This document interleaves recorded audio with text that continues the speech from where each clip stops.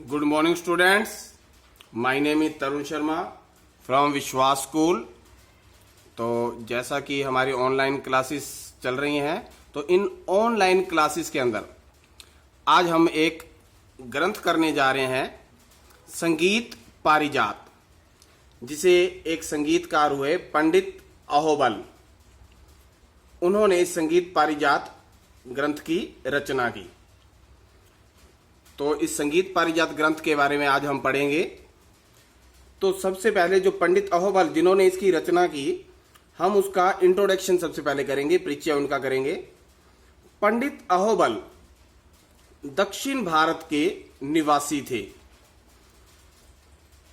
जैसे उत्तर भारत, दक्षिण भारत, पूर्व भारत, पश्चिम भारत, ये सुना होगा आपने।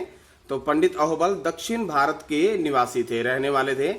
इनके पिता का नाम श्री कृष्ण था, जो संस्कृत भाषा के प्रसिद्ध पंडित थे। पंडित मतलब विद्वान।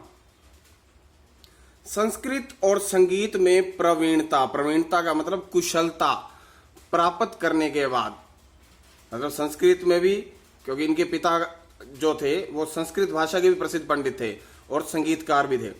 तो संस्कृत और संगीत में कुशलता प्राप्त करने के बाद पंडित अहोबल दक्षिण भारत से कहाँ आ गए? उत्तर भारत में आ गए।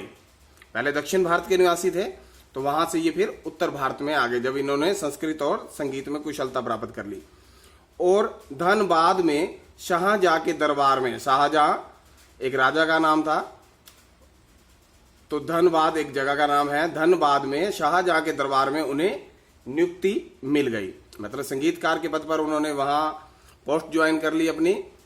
धनबाद में ही, जो जगह का नाम है जहां वो रहने लगे थे उत्तर भारत में, सन 1650 ईस्वी में पंडित अहोबल ने संगीत पारिजात नामक ग्रंथ की रचना की। ये जो संगीत पारिजात ग्रंथ की रचना है, उन्होंने सन 1650 ईस्वी में की थी, धनबाद के अंदर। धनबाद एक जगह का नाम है। संगीत के इतिहास में यह ग्रंथ कई दृष्टियों से बहुत महत्वपूर्ण है। संगीत पारिजात को पंडित अहोबल ने, ये जो ग्रंथ था संगीत पारिजात, इसको पंडित अहोबल ने 5 अध्यायों में विभाजित किया। जैसे आपने संगीत रत्नाकर पढ़ा तो उसमें 7 अध्याय थे, तो ऐसे ये जो संगीत पारिजात ग्रंथ है, इसको पंडित अहोबल ने 5 अध्यायों में बांट दिया। विभाजित किया मतलब बांट दिया। पंडित अहोबल ने संगीत पारिजात में संस्कृत के 500 श्लोकों का संक्षिप्त वर्णन भी किया। इस ग्रंथ के अंदर संगीत पारिजात में उन्होंने 500 श्लोकों का वर्णन किया है। पंडित अहोबल के पूर्व स्वर और श्रुति का घनिष्ठ संबंध माना जाता था। पूर्व स्वर होता है पहले का स्वर। मान लो जैसे हम रे शुद्ध लेते हैं, तो रे शुद्ध से पहले आ जाता है रे कोमल, और उससे पहले अगर हम देखें तो फिर सा आ जाता है, और उससे पहले देखें फिर नी आ जाता है। तो ये पूर्व स्वर हो गए। मान लो रे शुद्ध से पहले रे कोमल हो गया और सा हो गया, वो पूर्व की संज्ञा हो गई, मतलब उससे पीछे वाला स्वर। और पूर्व उससे फिर पीछे करेंगे, फिर नी शुद्ध आ जाएगा। तो ऐसे जो पहले स्वर होता है वो पूर्व स्वर कहलाता है। और श्रुति, श्रुति का मतलब होता है सुनना, मतलब जिसे हम सुन सकते हैं वो श्रुति है। तो पंडित अहोबल के पूर्व स्वर और श्रुति का घनिष्ठ संबंध माना जाता था। घनिष्ठ का मतलब बहुत ही गूढ़ संबंध। किन्हीं भी 2 स्वरों की दूरी श्रुति के आधार पर आंकी जाती थी। मतलब सुनना, श्रुति का मीनिंग बताया कि सुनना। मान लो कोई 2 स्वरों की हमने दूरी तय करनी है, तो वो हमें सुनने से पता चलता था कि इन दोनों के बीच में कितना अंतर है। तो 2 स्वरों की दूरी श्रुति, श्रुति मतलब उस स्वर को सुन के उसके आधार पर आंकी, उन दोनों स्वरों की दूरी आंकी जाती थी। पंडित अहोबल ही सर्वप्रथम ऐसे व्यक्ति थे, मतलब पंडित अहोबल सबसे पहले ऐसे व्यक्ति थे जिन्होंने वीणा के 36 इंच खुले तारों पर, वीणा के जो तार होते हैं वो 36 इंच होते हैं, 36 इंच खुले जो तार होते हैं, उन पर 12 स्वरों की स्थापना की। जैसे आपको बताया गया है कि जो टोटल स्वर, कुल स्वर होते हैं वो 12 होते हैं, और शुद्ध स्वर 7 होते हैं, विकृत स्वर 5 होते हैं। जब शुद्ध स्वर 7 हो गए, विकृत 5 हो गए, तो 7 और 5 कुल स्वर बन गए 12। विकृत स्वर जैसे आपने कोमल स्वर ये किए होंगे, कोमल स्वर और क्या बोलते हैं उसको, एक कोमल स्वर हो गया और एक तीव्र स्वर। कोमल स्वर 4 होते हैं, तीव्र स्वर 1 हो गया। तो पंडित अहोबल सर्वप्रथम ऐसे व्यक्ति थे जिन्होंने वीणा के 36 इंच खुले तारों पर 12 स्वरों की स्थापना की। 12 स्वरों की ये स्थापना कर दी और उनकी निश्चित आंदोलन संख्या निकाली।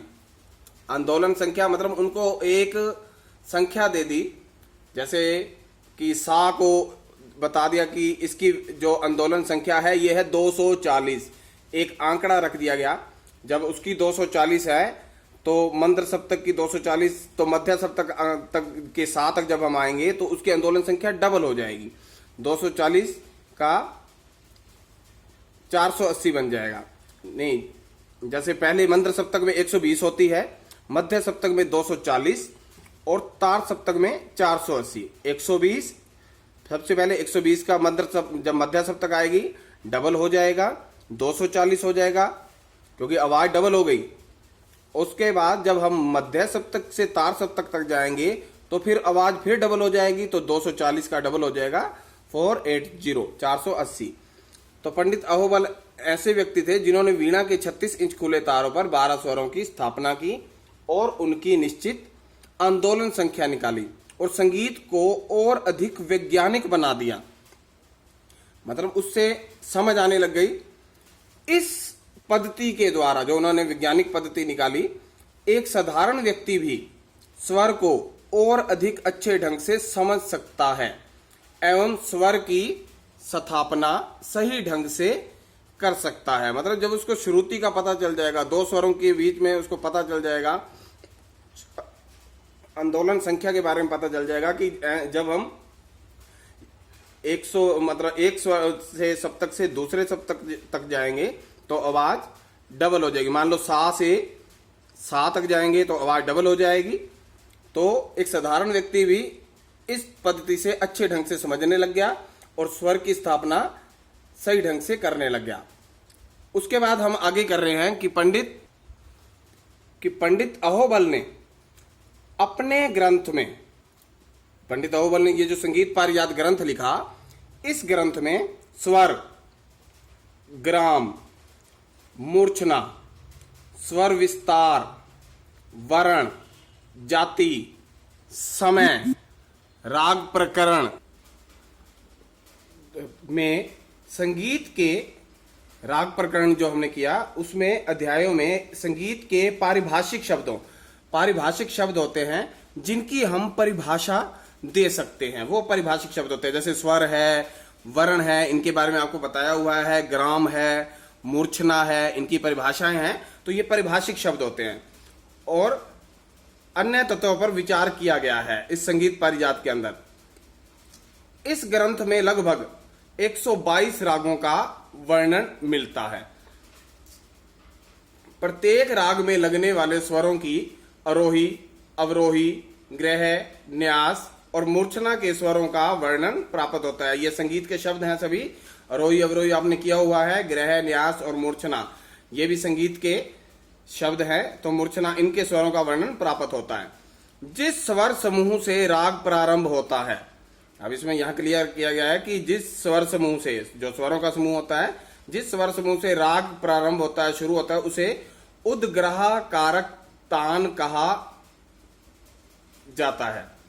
इस प्रकार की उद्ग्रह कारक जो तान होती है प्रत्येक राग की परिभाषा के बाद दी गई है। संगीत पारिजात का फारसी अनुवाद, जैसे संगीत पारिजात जो ग्रंथ था संस्कृत के अंदर लिखा गया था, तो इस संगीत पारिजात ग्रंथ का फारसी अनुवाद 1724 ईस्वी में श्री दीनानाथ द्वारा हुआ। एक संगीतकार हुए दीनानाथ जी, उन्होंने इसका फारसी में अनुवाद किया।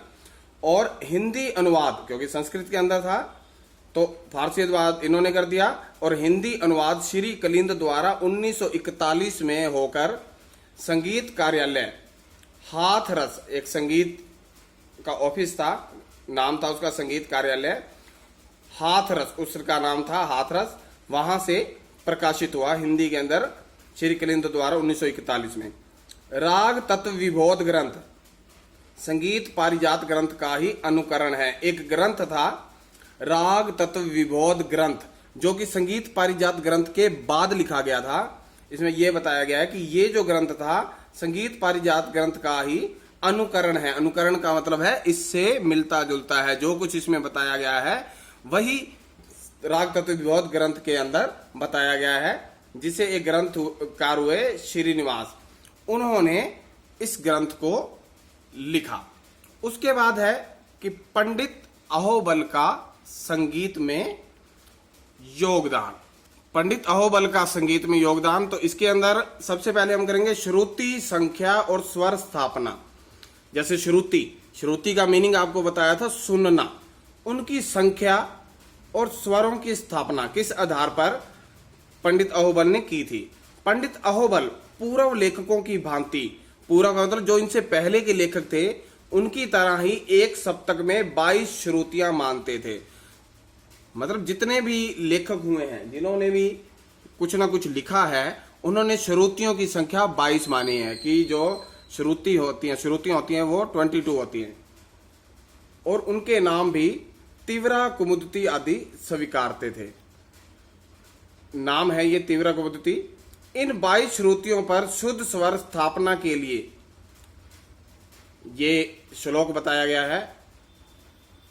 चतुष्चतुष्व षड्ज मध्यम पंचमः द्वे द्वे निषाद गंधारो त्रित्रोऋषभ दैवतो। तो आप ये इसको यहां से छोड़ देंगे। वह शुद्ध स्वरों को उनकी अंतिम श्रुतियों पर ही स्थापित करते थे। मतलब शुद्ध स्वर जब उन्होंने उसकी स्थापना करनी होती थी तो जो अंतिम श्रुति होती थी उस पर उन शुद्ध स्वरों की स्थापना करते थे। तो आज के लिए हम इतना ही करेंगे। तो ये संगीत पारिजात ग्रंथ के बारे में हमने पढ़ा, पंडित अहोबल का इंट्रोडक्शन पढ़ा और उन्होंने संगीत के अंदर क्या योगदान दिया। तो हमने श्रुति, संख्या और स्वर स्थापना के बारे में हमने पढ़ा कि 22 श्रुतियां होती हैं और उनके नाम तीव्रा, कुमुदती स्वीकारते थे, और जो शुद्ध स्वर होते थे उनको उनकी अंतिम श्रुतियों पर ही स्थापित करते थे। तो आज के लिए इतना ही। Thank you.